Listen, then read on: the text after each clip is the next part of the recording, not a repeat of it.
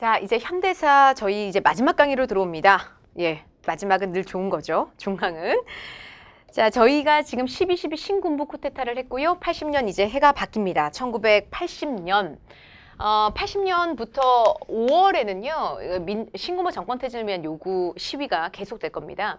그 5월 달에요, 그 서울의 봄이라고 해서 서울역 일대에 10만 명 이상의 운집한 시위가 연일 계속된다고 해요.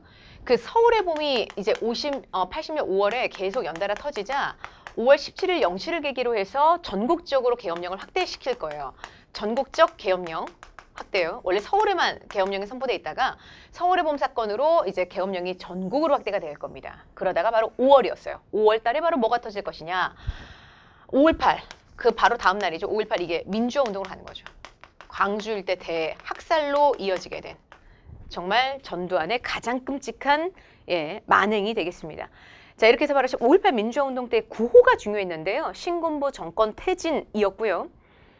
이것을 이렇게 강제 진압하는 그런 이 모든 기록물은 유네스코가 세계 기록유산으로 정해놓고 있어요. 이런 끔찍한 비극이 역사상 두 번 다시는 벌어지면 안 되기 때문에 이 5.18 민주화 운동을 완전히 다 진압해낸 게 5월 27일인데 5월 31일자로 국가보위 비상대책위원회를 만들 겁니다. 요거 진압을 하고 나서 국가보위비상대책위원회를 만들어요. 국가보위비상대책위원회, 국보위요.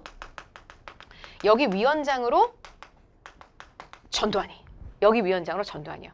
그렇게 해서 결국 최규하 대통령의 사임을 받아낼 겁니다. 최규하 대통령의 사임을 여기서 바로 받아내고요. 이제 여기서 몇 차 개헌을 하게 되는 거냐면, 일단 개헌 없이 대통령이 먼저 당선이 되네요. 최규하 대통령의 삶을 받아냈어요. 그 비상대책위원회가 했던 게 삼천교육대네요. 세 가지를 맑게 해드릴게요. 몸, 정신, 과거. 그래서 처음에는 조폭대를 잡는 줄 알았어요. 사회 정화라는 걸 목표로 내세우고 조폭대를 잡는 줄 알았는데 이거 나중에는 뭐 이제 민주화 시위 하는 사람들 다 끌고 가는 거였죠. 또 언론사 통폐합 이런 거 제일 잘했고요. 정치인들 활동 금지. 자, 그렇게 해서 통일제 국민회의 당시 유신헌법을 통해서 11대 대통령이 당선됐는데 이 남자 이거 80년 8월 당선되고 나서 헌법을 바꿀 거예요. 그게 일단 11대 당선이거든요. 11대 대통령이 당선되거든요. 근데 당선되고 나서 헌법을 개헌을 해요. 그 개헌을 한 게 이제 몇 차 개헌이 되냐면 8차 개헌이 되는 거고 이 8차 개헌은 대통령 7년이고 단임제. 그런데 여기서 중요한 거 간선제라는 거죠. 여기서 누가 간선을 하게 되냐면 대통령 선거인단 간선이라고 해놨습니다. 그래서 바뀐 헌법에 따라 대통령 선거를 다시 할 거예요. 12월에. 그렇게 해서 이 남자가 취임하게 되는 게 81년 2월 25일. 이때부터 2월 25일이 취임 날짜가 되는 거예요. 그래서 81년 2월에요. 81년 2월에. 자, 이 남자가 11대 대통령이 다시 당선돼서 12대 대통령이 다시 당선돼서 이제 81년 2월부터 임기에 들어가게 될 겁니다. 임기를 7년이라고 못 박았으니까 88년 2월에는 정권이 넘어가야 되겠죠. 이 남자가 왜 단임, 나 한 번만 하고 물러나겠다라고 했냐면 계속 헌법을 요래조래 바꿔가면서 정권을 연장시키려 하면 결국 부하가 총을 쏘더라고요. 이것 때문에 사실 전두환은 뼛속까지 충성을 다하는 부하들이 이 7년 임기 내내 너무 많았다고 하고요. 나중에 그래서 비자금을 검찰이 털어내는 것도 사실 이 부하들이 불지를 않아서 다 형님은 모르십니다. 다 제가 한 겁니다. 이래가지고 정말 너무너무 힘들었다라고 하죠. 자, 81년 2월부터 임기에 들어가는데 요 남자, 사실 이 남자가 뭘 특별히 잘서기보다는 요 바로 직전이 2차 석유 파동이 오는 바람에 진짜 경제가 바닥을 찍을 때잖아요. 전 세계 경제가. 이때부터는 조금 경기가 풀리기 시작을 해서 86년부터 이제 7년 그리고 88년은 이게 삼조호황이라고 해서요. 삼조호황. 예, 삼조호황기라고 해서 이따 이제 경제판에서 굉장히 크게 나올 텐데 이 삼조호황이라는 게 저유가 저달러 저금리, 저달러 저유가 저금리. 굉장히 화폐 유통량이 최고조에 올라갈 때. 자, 요 임기 7년 동안 정의사회 구현이라는 거 내걸고 학원도 자유라. 그래서 교복도 자유라, 두발도 자유라. 야간 통행 금지 해제시켰고 해외여행도 자유라. 왜 이렇게 사회적으로 유화책이 막 나오냐면 원래 정권을 부정한 방법으로 창출했으니 사회 유화책을 막 던져서 민심을 달래는 거였죠. 자, 그리고 우리가 88년 이제 대통령이 바뀌는 해라고 했는데 이 87년은 정말 우리나라가 민주주의 역사에서 더 이상 물러날 수가 없는 한 해가 돼요. 직선제라는 주제를 둘러싸고. 그래서 이미 86년부터 그 시위는 대단했고요. 87년에 자 드디어 그 1987 영화 제목으로도 있는 1987의 1월은 박종철 서울대학교 3학년 학생이 고문당하다가 주검이 되어 돌아오는 일이 벌어질 겁니다. 그 유명한 탁하고 치니 억하고 죽더라라는 그 사건. 야, 이때에서부터 고문정치 규탄, 직선제 쟁취를 위한 전국적인 시위가 계속 진행이 될 텐데 역시 4월에 이 남자 4월 13일 이걸 뭐라 그러냐면 호헌선포라고 하는데 나 절대로 헌법을 안 바꾼다. 헌법의 유지에 대한 의지죠. 이렇게 국민들을 상대로 맞짱을 선언하게 되는 거고 그래서 바로 6월 요 사이에 연세대학교 1학년 학생 이한열은 시위를 하다가 경찰이 쏜 체류탄에 맞아 그대로 내사 상태에 빠지는 그게 6월 9일에 찍힌 사진이에요. 지금 보시고 있는 그 사진이 60 국민대회 그날을 위해 강화문으로 이제 나가려던 연세대학교 시위대 그 선봉장에 서 있던 이한열이 이렇게 내사 상태에 빠지는 이런 장면이 그대로 신문기사에 나가게 되면서 6월 10날 60 국민대회를 시작으로 6월 민주항쟁 정말 대단해질 텐데 연일 100만 명이 넘는 인파가 모여서 호헌, 철폐, 독재, 타도를 외쳤다고 하죠. 이때가 우리나라가 국제행사, 88년에 어떤 국제행사가 있어요? 9월에 24회 서울올림픽. 이거를 취재하기 위해 들어온 외신 기자들도 정말 많았다고 하는데 안팎으로, 국내외 안팎으로 여론이 너무 안 좋아지는 거죠. 전두환. 그러니 당시 차기 대통령으로 사실상 내정된 바와 다름없었던 당시 여당 민주정의당의 후보 노태우 당시 후보가 6.29 민주화 선언이라는 걸 한다는 거죠. 대통령 직선제를 수용하겠다라는 의지를 밝힌 겁니다. 결국 6.29 민주화 선언을 끌어내며 실제로 구차 개헌을 했거든요. 이해 가을에. 그게 바로 현행헌법 5년 직선제 단임제 헌법이에요.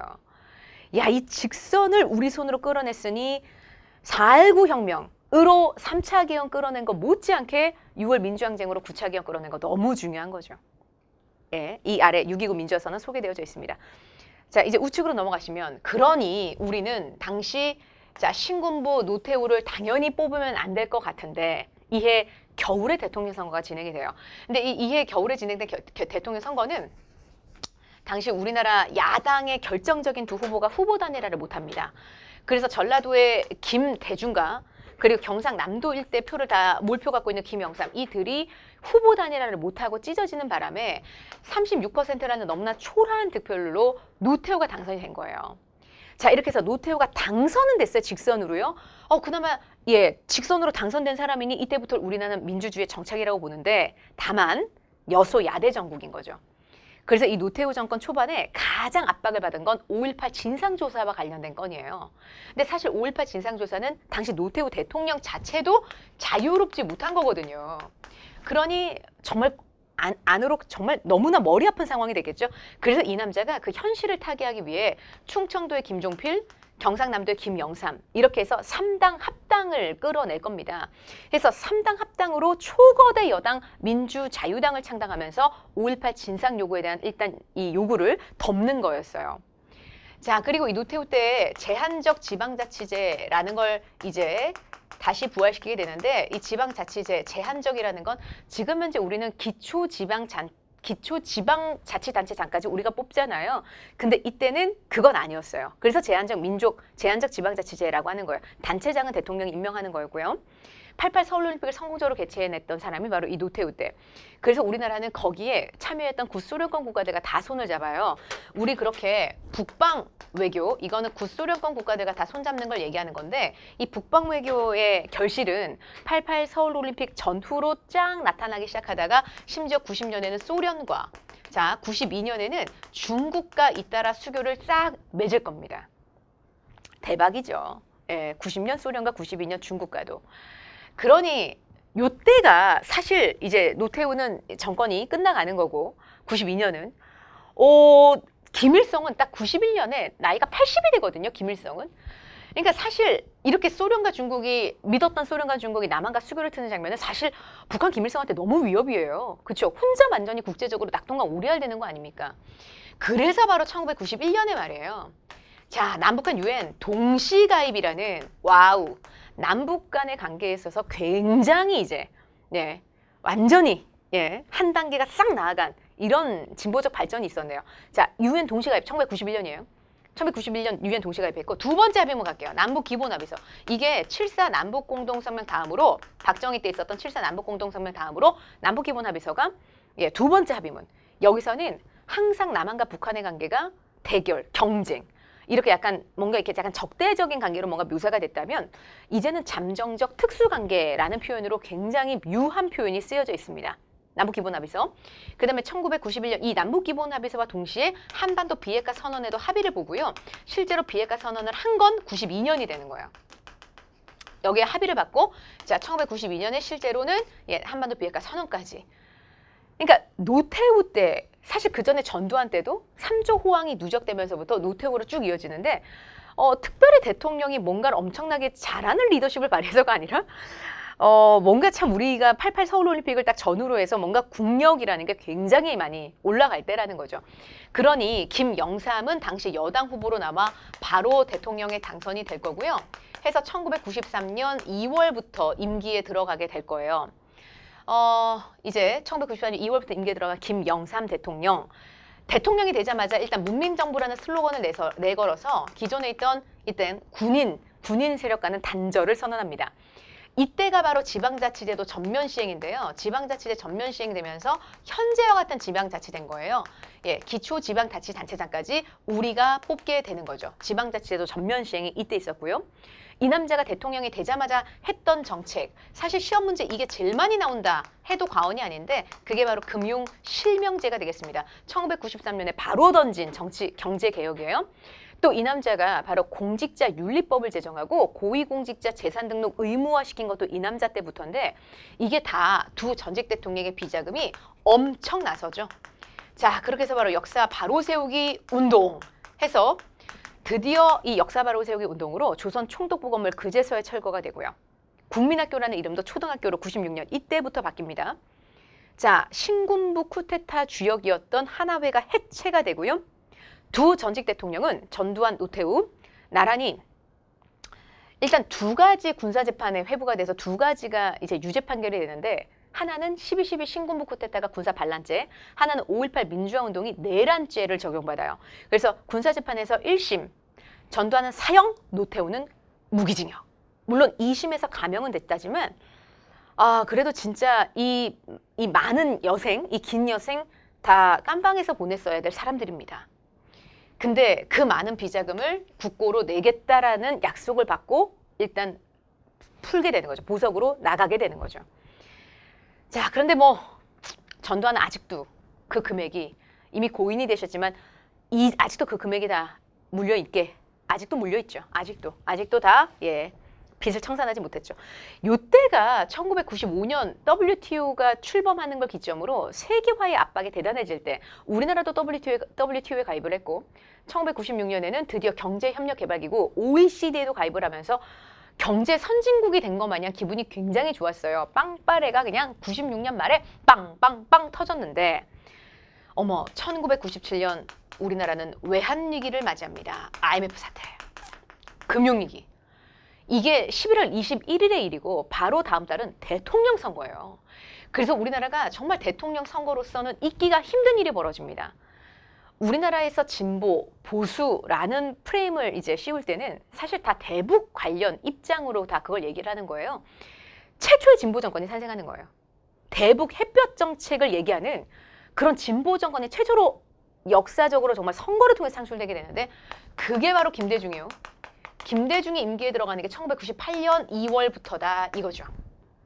그렇게 해서 바로 김대중 대통령은 뭐 가장 중요한 게 일단 2001년에 IMF 돈을 다 이제 반환해 냈는데 상환해 냈는데 조기 상환에는 성공했다지만 뭐 우리나라 명예퇴직 그죠? 그다음에 또 뭐 자영업자들이 너무나 큰 위기를 겪게 되는 거 거기다가 소비 증진 내수 시장의 소비 증진을 위해서 신용카드 남발했다가 OECD에 가입한 지 얼마 되지 않아 바로 1위를 줄곧 차지하고 있는 게 바로 자살률 아니겠습니까? 또 청년 실업률 대단했고요. 그러니까 2001년에 이 조기 상환이 반드시 뭐 우리나라 역사상 기쁜 일만은 아니었어요. 그러니까 아예 벌어져서도 안 됐었던 일이 벌어지고야 말았던 거고요.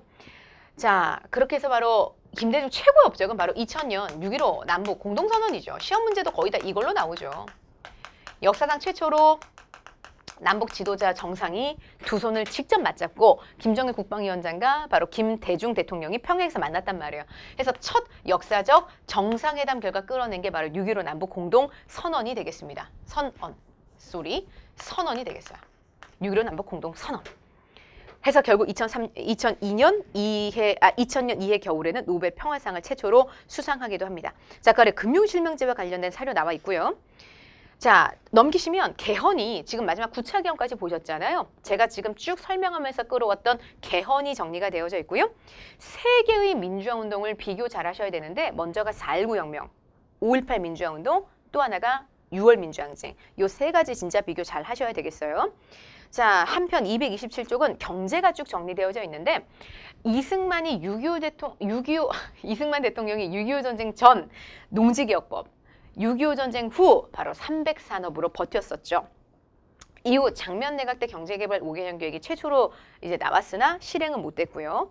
박정희 때가 1, 2차 경제개발, 3, 4차 경제개발. 먼저 1, 2차 때는 노동집약적 경공업, 3, 4차 때는 중화공업. 해서 결국 수출 100억 불을 찍기도 하더라만 2차 석유파동의 위기로 이게 부마 황쟁의 간접적인 원인이 되죠. 한편 전두환, 노태우 86년, 7년, 8년 3조 호황이 누적되면서 잘 돌아갈 때예요. 그렇죠? 자, 노태우요. 그리고 김영삼 때 금융실명제. 예, 그리고 김대중 때 IMF 사태가 극복됐고 노무현 때 우리나라 최초로 FTA, 예, 칠레와의 자유무역협정 2004년에 있었습니다. 이후 미국, 그다음에 유럽연합과도요. 이게 하나같이 다 노무현 정권 때. 노무현 정권 때는 요 정도 알아두시면 되겠어요. 예. 자, 그래서 거기 제가 아주 사회적인 디테일한 여러 가지 이벤트들에 대해서는 제가 열거를 안 했는데 시간 관계상 그냥 뭐 별 설명이 필요 없는 거라 생각을 한 거고 여러분들이 아무래도 고득점, 이 현대사 쪽에서 좀 더 고득점을 하시겠다고 마음을 먹으셨다면 이 부분까지 하셔야 되겠지만 아니 나는 저 앞에 진짜 확실히 많이 나오는 조선 이런 부분은 난 좀 디테일하게 했어 라고 생각하시면 이런 현대사 출제 비중이 조금 낮아지는 이런 쪽은 사실 과감하게 패스하셔도 시간은 절이되 효율은 높일 수가 있을 거예요. 넘겨서 228조 이 정도만 알아도 일단 박정희 문제는 다 맞춰요. 가장 많은 비중을 차진 게 박정희인데. 예. 한편 북한 정권은 나올 리가 없지만 구색을 맞추기 위해 넣어놓은 페이지니까 과감하게 패스하셔도 되겠고요. 230쪽이 바로 이거. 박정희 때 있었던 7.4 남북공동성명 그리고 노태우 때 있었던 UN 동시가입과 그리고 한반도 비핵화 남북 기본합의서 거기다 한반도 비핵화 선언까지. 김대중 때 6.15 남북 공동선언이 있었고 이 남북 공동선언의 정신을 다시 확인한 게 노무현 때 있었던 14 남북 정상선언이었습니다. 자, 넘기시면 제가 남북 공동 합의문에 대해서 거기 설명해 놨는데요. 예, 14 남북 공동선언까지 넣으라고 했는데 저희 집필진들이 이제 뭐 제가 제 대표 집필진이지만 사실 저희 연구팀들이 몇 명 더 있단 말이에요. 서강대 석박사진들로 구성된 그 우리 연구팀이 예, 이 판문점 선언 반드시 넣어야 돼요. 저랑 앙담하다가 판문점 선언까지 일단 들어가는 있지만 사실 나오기에는 아직은 희박할 겁니다. 예, 패스하셔도 되겠어요. 자, 뒤에 키워드 잘 정리하시고 제가 아까 현대사 들어오면서 처음부터 뭐라고 당부드렸냐면 부록 부분 좀 잘 봐달라. 거기서 분명히 한 문제, 두 문제는 분명히 나올 것이기 때문에 분명히 부록 문제 좀 잘 봐달라고 제가 부탁드렸었습니다. 자, 모든 건 문제를 통해서 여러분들이 다시 한번 확인을 해보셔야 돼요. 자, 문풀 꼼꼼히 하시고 여러분들이 응시하는 회차가 그 어떤 회차였던 간에 이번 이 강의가 여러분들한테 많은 도움이 됐기를 진심으로 바랍니다. 여러분들 반드시 단번에 합격하시길 응원하고 있겠습니다. 감사합니다.